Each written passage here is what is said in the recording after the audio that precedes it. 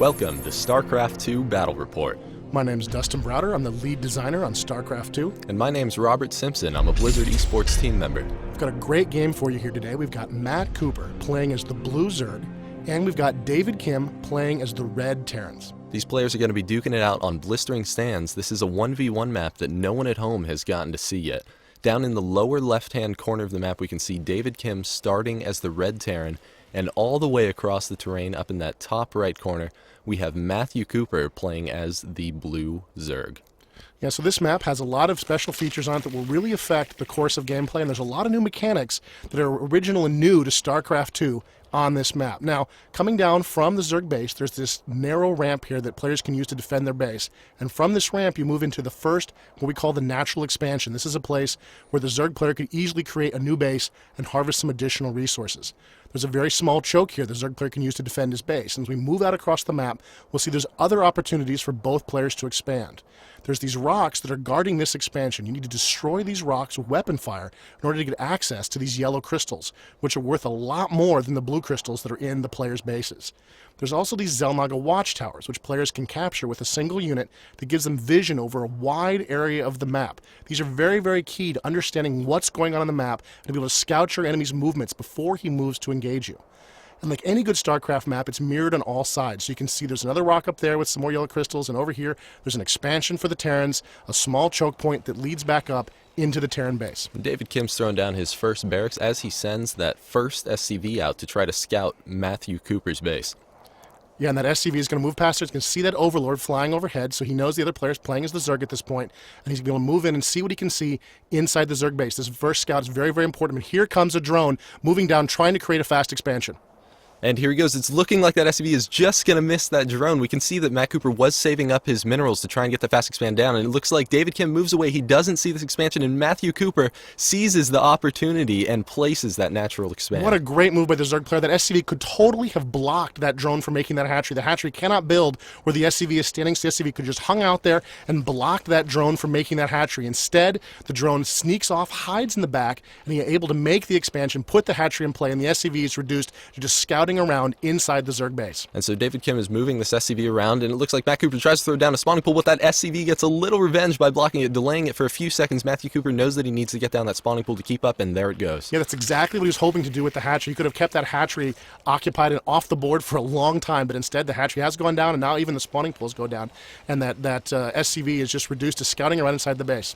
And now David Kim's base, he's just building like usual. And back over at that natural expansion, David Kim is not giving up on harassing this natural. And there goes a bunker. What a great move by the Terran players, putting a bunker into position there. And you can see the drone is attacking the bunker, trying to attack the SCV to make sure that bunker doesn't go into position. If the Terran player can get any troops into that bunker, it could be a real problem for the Zerg player. Now, the Zerg player is not discouraged by this move. He's moving out an extra drone to give it just a little bit back up. He wants that hatchery to finish. It is imperative to his strategy to get that fast expand. And here comes the Terrans trying to reinforce that bunker. He's got another SCV, and his first Marine is moving across the map, trying to get to that bunker in time so he can really use that bunker to tear apart that hatchery and just cause all kinds of problems for the Zerg player. Like we can see that Matt Cooper's spawning pool just finished up, and there we can see 4 Zerglings being built. He's going to need those Zerglings to take down that bunker. Now you can see in the upper left-hand corner there, we've got our new overlays that show us what's going on the map. And you can see there are 4 Zerglings currently in production right now, and a Queen, which could be instrumental in protecting this Zerg base from this very aggressive move by the Terran player. And Matthew Cooper is going for Banelings as well. We saw him put down that extractor a little bit earlier. He now has some gas. He's getting those Banelings started. They deal absolutely enormous damage to ground units. And there, the one Marine has gotten into the bunker,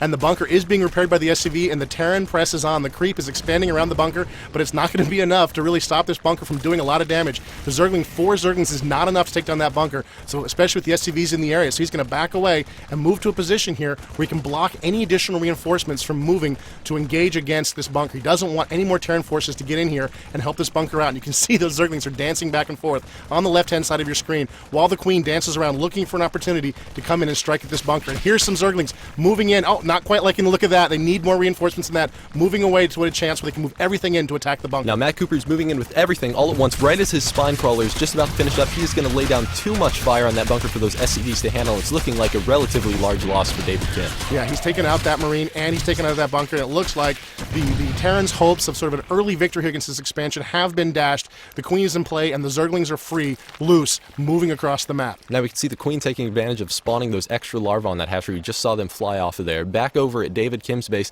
he has continued production as usual. He does have a second bunker down, and he's going for 2 tech labs in addition to the Merc compound. We could see some Reapers out here. Yeah, the Merc compound allows him to upgrade his Marines, but it also enables him to create Reapers, which is a small, fast, jump jet equipped infantry that can really... Oh, and here comes the Zerg trying to push in. The Terrans bring up a few SCVs as reinforcements, and the Marines manage to drive the Zerg back. The Terrans have managed to hold their choke against what might have been a very dangerous raid by the Zerg. That's right. That was too many Zerglings for just those 4 Marines to try to hold off. So we did bring up those SCVs as a little reinforcement. We do see a couple Banelings being morphed into play over here. Those Zerglings are able to evolve into Banelings, which are little guys that roll around and explode for tons of damage. Yeah, they do a lot of damage to small units like Reapers and like Marines. This could be a real threat to the Terran player, especially if he remains, in that choke in an area that's small. Those Banelings can do a lot of damage. He doesn't see the Banelings. He doesn't know the threat he's in here. He's just dancing out, trying to push the Zerg back, and the Zerg are backing away a little bit, trying to get the Terrans to draw away so they can really use those Banelings and Zergling to just tear them to pieces. Now he's trying to keep all these units occupied while his Banelings get into position. Here he goes. It's looking like he's moving in, going to try to use those Banelings to deal some terrible damage on that Terran player. Oh, and he manages to avoid the SCV. What a great move by the Zerg player. He's moving in.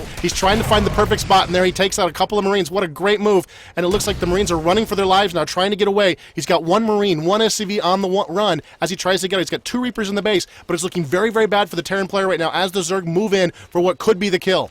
If those Banelings are able to get around into the SCVs, we could deal huge economic damage to David Kim, but it's not looking like they're going to be able to get there because he places his Marine perfect. We have a couple of the Reapers laying down some cover fire. Will that Baneling be able to take out both of those Reapers? No, only one of them goes down. He still has the Reaper and the Marine to defend. What a great move by the Terran player. He uses 1 Marine to block that position between those 2 barracks, and it prevented the Banelings from getting in and doing what they really wanted to do, which was get into the SCVs. They could have just done tons of damage to those SCVs, and instead, the Terran player gets away relatively free from that attack, and he's moved into a position here where he's not going to be able to do a lot. Now, the Zerg are moving their spine crawler up to defend their base, and it looks like he's preparing for what could be, what he's worried might be, a counterattack. At the same time, he is putting down a Roach Warren, which is going to allow him to put roaches on the battlefield while the Terrans continue to move out and try to keep these Zerg away from his base. Now, all these Zerglings here are just too many for a couple of those Marines in the SCV, so he brings the Reapers as backup. Will those Zerglings be able to surround the Reapers? No! One of those Reapers in the back only had 10 HP. Due to David Kim's fantastic positioning, he was able to keep that alive and keep the pressure on. And that's a lot of Zerglings on the field right now. We saw a Terran bunker going up there by the Terran choke point there. That'll be a huge help for the Terran player. He's really going to need that. Meanwhile, we can see here in our overlays that the Zerg are researching Burrow, which could be a very effective weapon for the Zerg